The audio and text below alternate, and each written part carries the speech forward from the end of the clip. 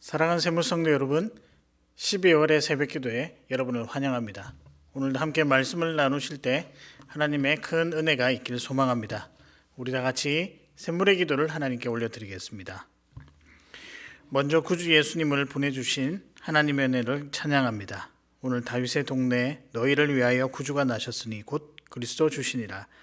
낮고 비천한 우리 곁에 임마누엘로 오신 주님, 십자가의 보혈로 대속하시고 존귀한 주의 자녀로 삼아주심을 감사합니다. 올 한 해도 주날개 아래 고이 품으사 생명의 피난처와 반석이 되어주셔서 감사합니다.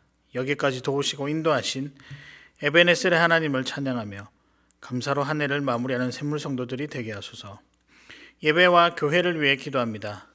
너희가 온 마음으로 나를 구하면 나를 찾을 것이요 나를 만나리라. 샘물의 예배 속에 하나님의 영광과 임재와 기쁨이 가득하게 하소서. 마음과 뜻과 힘을 다하여 주의 얼굴을 구하며 진리와 성령 안에서 예배하게 하소서.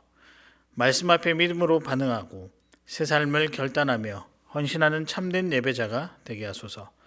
성령으로 충만하여 뜨겁게 기도하는 교회 되게 하시고 삶으로 하나님의 영광을 나타내는 복된 교회 되게 하소서. 목장과 목자님들을 위해 기도합니다. 주께서 늘 샘물의 목장 가운데 좌정해 주시고 은혜와 사랑과 성령으로 충만케 하소서. 풍성한 기도의 응답을 누리며 낙심치 않고 VIP를 위해 기도하는 목장들이 되게 하소서. 목자님들의 헌신과 섬김을 기억해 주시고 그 영혼이 잘됨같이 범사가 잘되며 근심이 없는 평안과 형통함을 주소서. 목양에 지치지 않도록 날마다 새 힘을 공급해 주시고 영혼을 구원하고 제자 삼는 사람을 남기는 목장들이 되게 하소서. 다음 세대와 수험생, 환우들을 위해 기도합니다. 다음 세대와 청년들이 하나님만을 신뢰하고 사랑하게 하소서. 세상의 유혹 속에서도 흔들리지 않도록 말씀으로 굳세게 하시고 은혜로 보호하시며 날마다 예수의 이름으로 승리하게 하소서. 각 가정에서 드려지는 샘물 플래싱 위에 하나님의 임재와 사랑과 복을 주시고 가정천국을 누리게 하소서.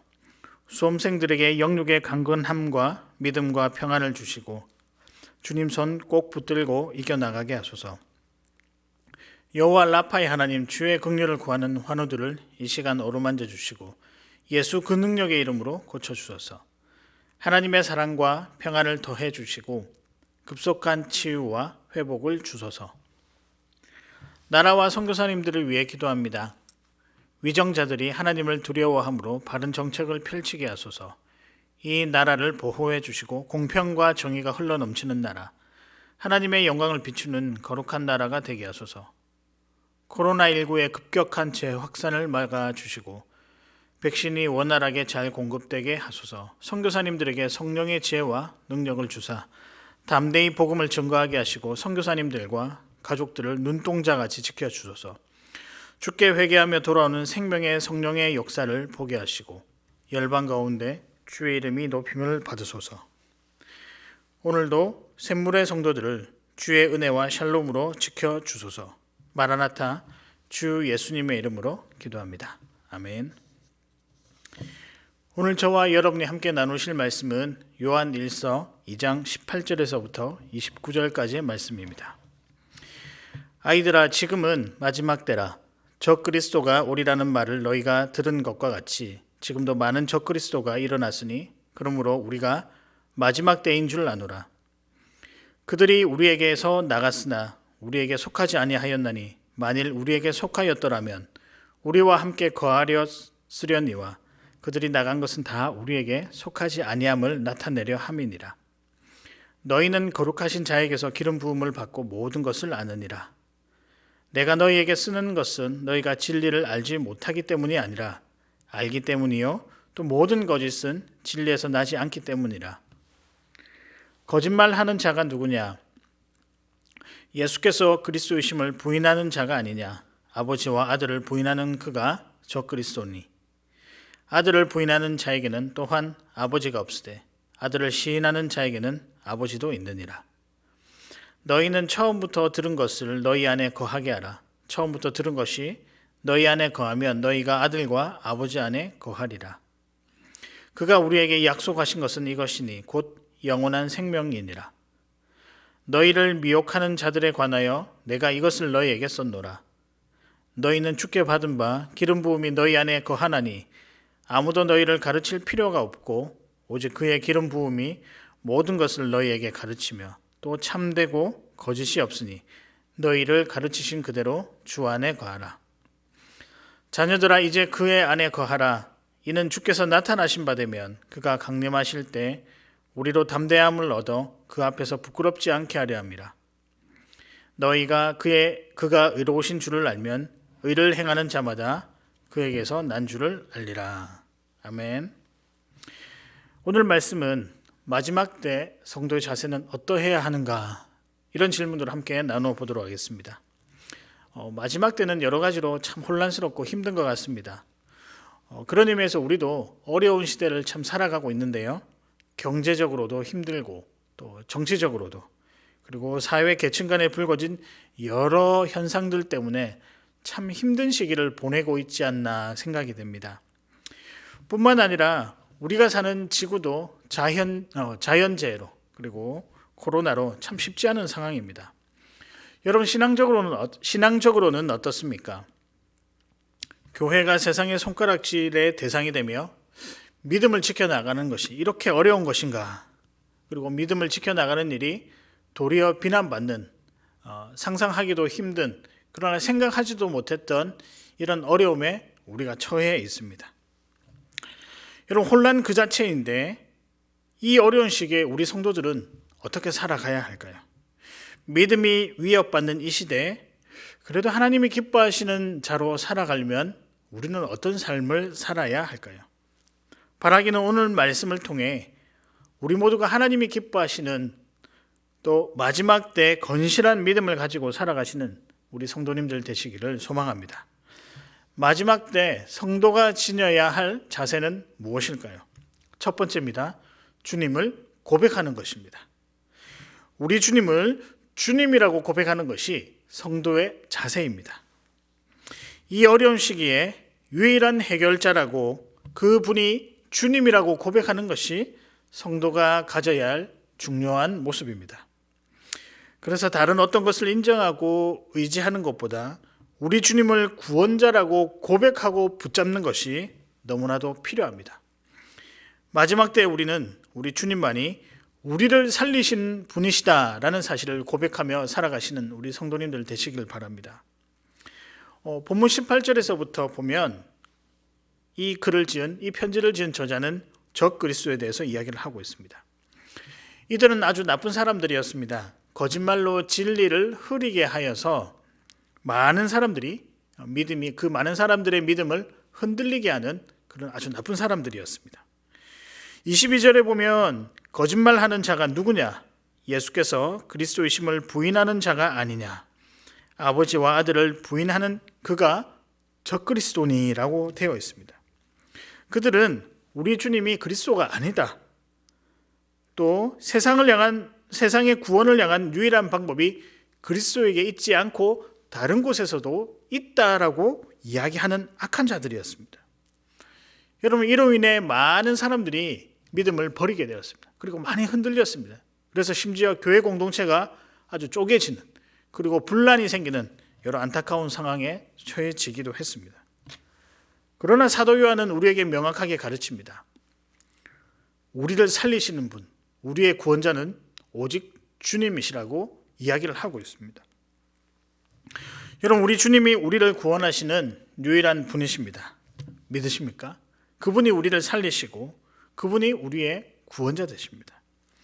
뿐만 아니라 우리 삶의 모든 어려움들을 이기게 하시고 해결해 주시는 유일한 분이심이 바로 여러분이 알고 있는 우리 주님이십니다. 그분은 세상의 문제를 해결하는 여러 옵션 중에 하나가 아니라 유일한 대안이라는 것입니다. 유일한 길이라는 것입니다. 그래서 그분은 죽은 분이 아니라 살아있는 분이시며 죽음을 이기신 분이시며 만들어낸 분이 아니라 이미 창세 전부터 역사하고 계시는 역사의 주관자, 살아계신 하나님의 아들이십니다. 이 주님, 여러분 고백하시길 바랍니다. 혼란의 때 우리 주님을 주님이라고 고백하지 않으면 우리의 믿음은 곧 흔들려 버립니다. 어려움을 이기기 위해 주님 아닌 것들이 소망이 있다라고 고백하는 순간 우리는 이 어려움들을 헤쳐나갈 수 있는 힘을 잃어버리게 될 것입니다.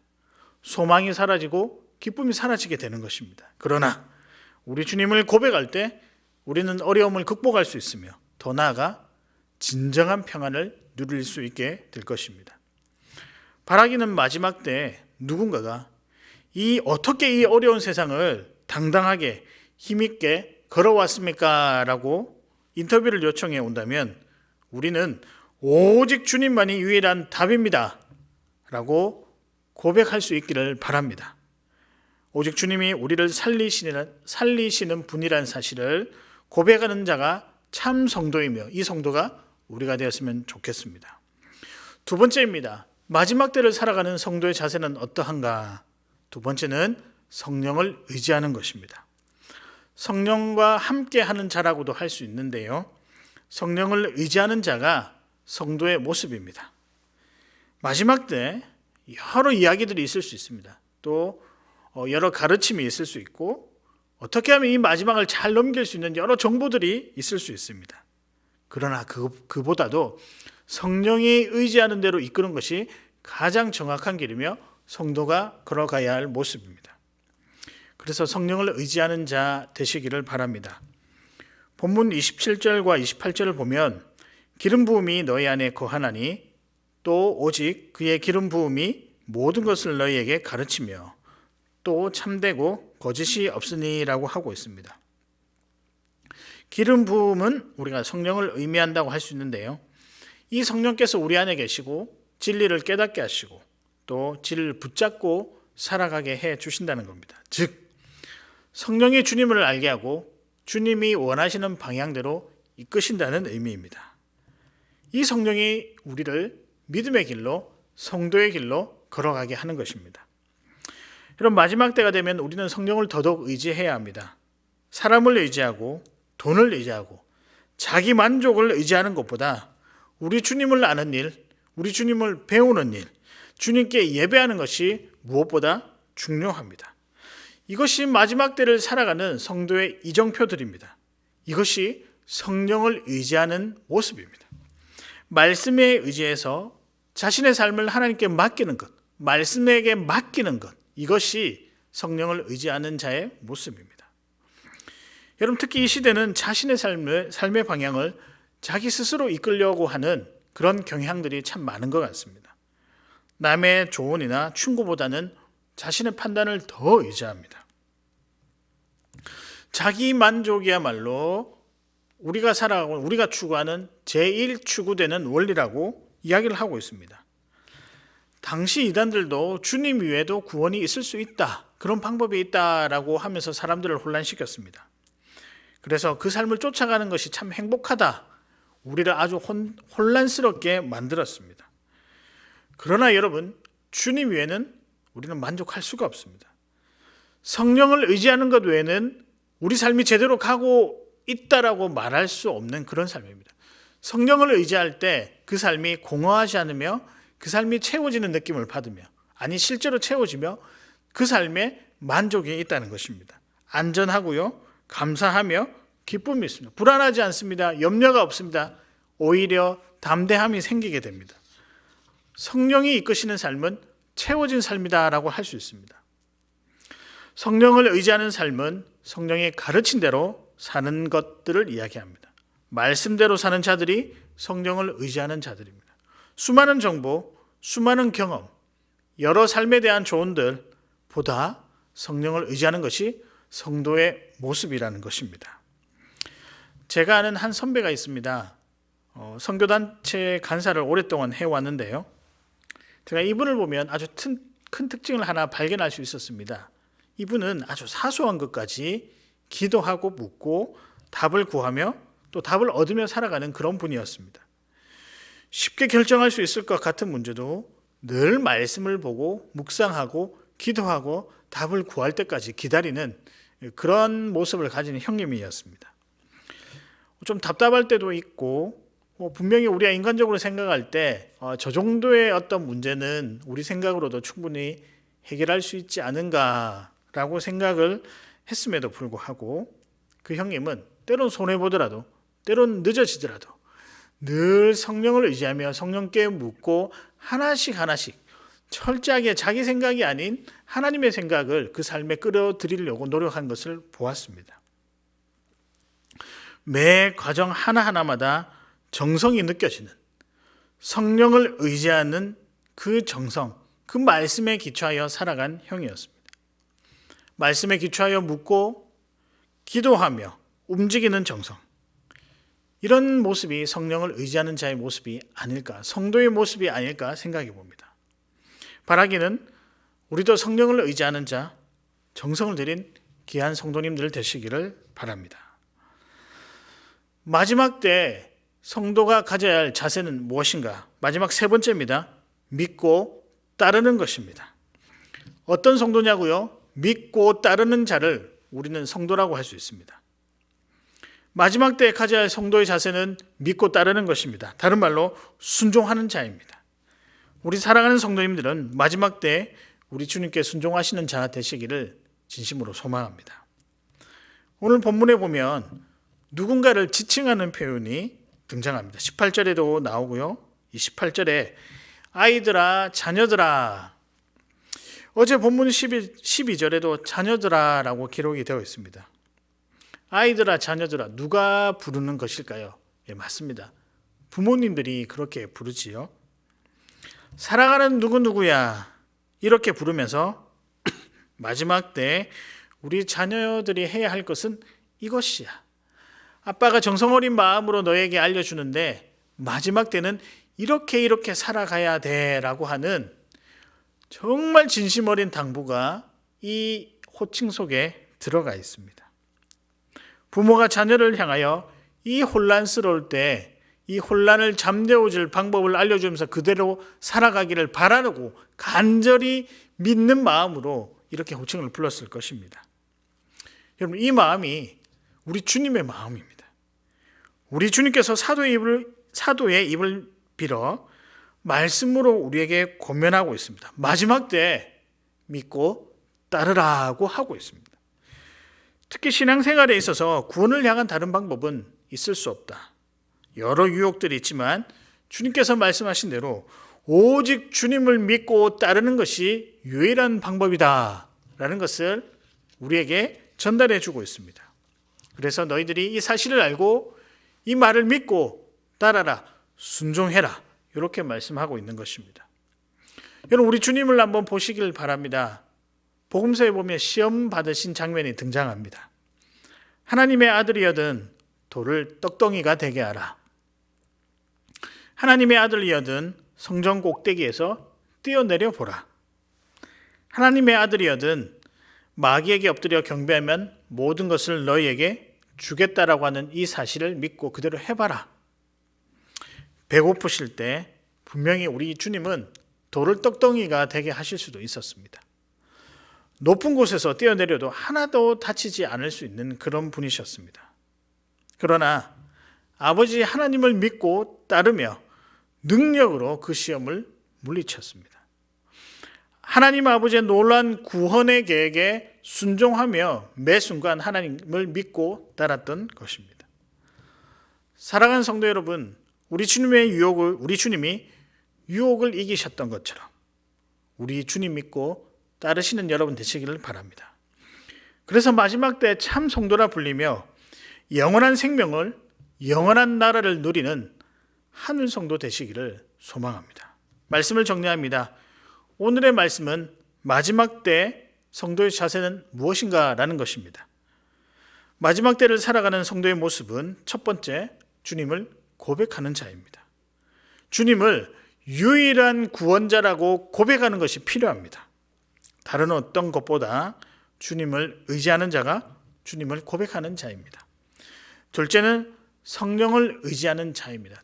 다른 여러 가지 것들이 있지만 오직 성령의 인도하심대로 그 이끌려 살아가는 것이 성령을 의지하는 자입니다. 마지막으로 믿고 따르는 자입니다. 순종하는 자입니다. 그럼 지금 세상도 참 혼란스럽게 그지없습니다. 혹자는 말세다, 마지막 때라고 이야기합니다.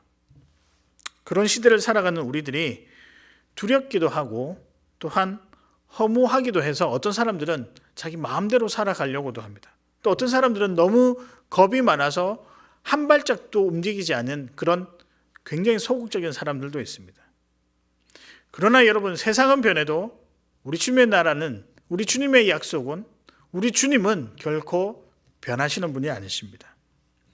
영원하신 분이십니다. 이 주님 나라를 누리기 위해서 우리는 참 성도가 되어야 할 것입니다. 바라기는 마지막 때 참 성도로서 귀하게 자리매김하며 살아가시는 여러분 되시기를 바랍니다. 그 성도를 하나님께서는 사랑하시고 자랑스러워 하십니다. 이 자랑의 평가에 우리의 이름이 반드시 기록되어 있기를 주님의 이름으로 소망합니다.